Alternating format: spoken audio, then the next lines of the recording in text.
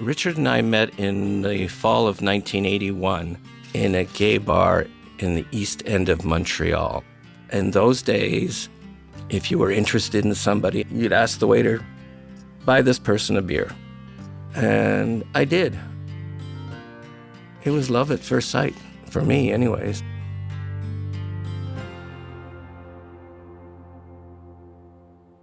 Richard and I had just a normal life, basically.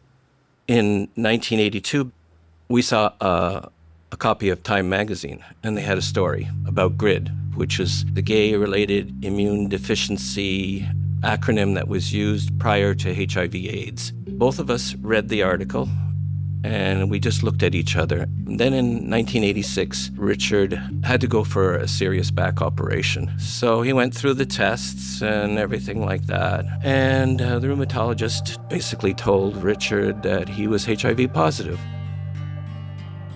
Richard lived a life between 1986 and 1992 on borrowed time. I can recall every year around the anniversary of the surgery, praying to God to give me one more year with Richard. He just became sicker and sicker. Towards the end, he didn't want to talk to me. He didn't want to be around me. I didn't know how to comfort him. I didn't know how to help him through the journey that he was about to face, because we knew the end was coming. It never came across my mind, should I leave? Can I deal with this? That was never a thought in my mind. Richard passed in September of 92, and at that time, most funeral homes still were refusing to deal with people who died of AIDS. We knew the one that would take Richard's funeral arrangements. After the memorial service, it really hit me. It hit me that I was all alone. I fell into a very deep, dark depression. I was 35, 36 at the time that Richard died.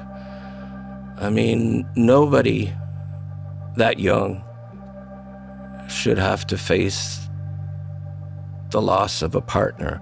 I just fell apart. It just kept getting worse and worse to the point where I couldn't go to work, I wasn't sleeping, and I didn't want to get out of bed. I can remember I started playing I Feel Loved by Donna Summer. And I basically put it on replay. And I cried.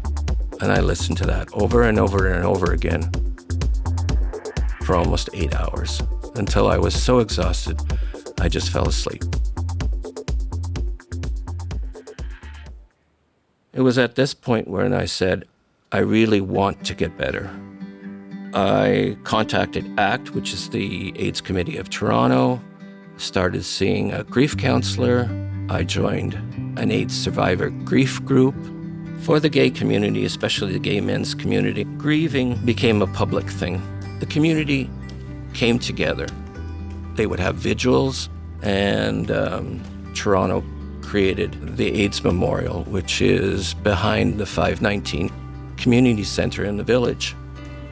Putting Richard's name on there was extremely important for me. It was a way for me to grieve communally with other people who had been in my situation.